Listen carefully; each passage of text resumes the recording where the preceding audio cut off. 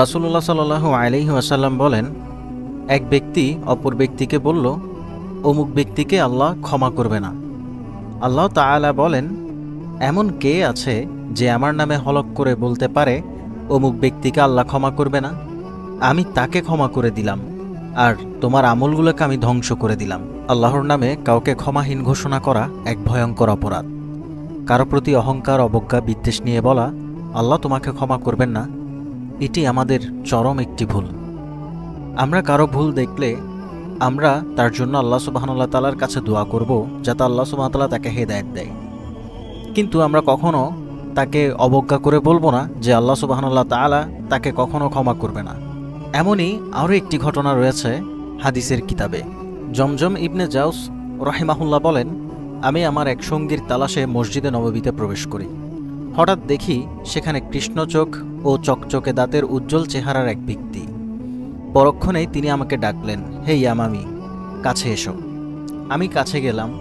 তিনি বললেন, কখনো কারো ব্যাপারে আল্লাহর নামে শপথ করে বলো না যে আল্লাহ তোমাকে ক্ষমা করবেন না কিংবা জান্নাতে প্রবেশ করাবেন না।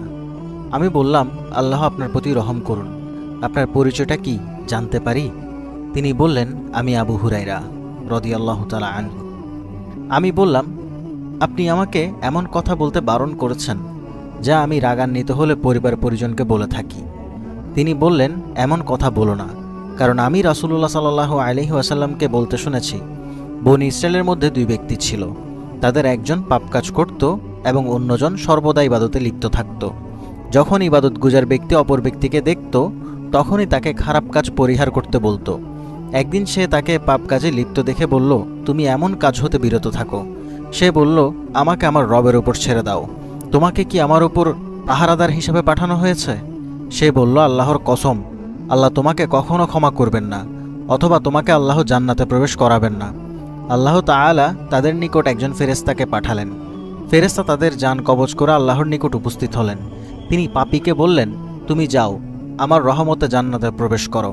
আর ইবাদত গুজার ব্যক্তিকে বললেন, তুমি তো আমার বান্দাকে আমার রহমত পেতে বাধা দিয়েছ, আমার রহমত কি তোমার ক্ষমতাধীন? হে ফেরেশতারা, একে জাহান্নামে নিয়ে যাও।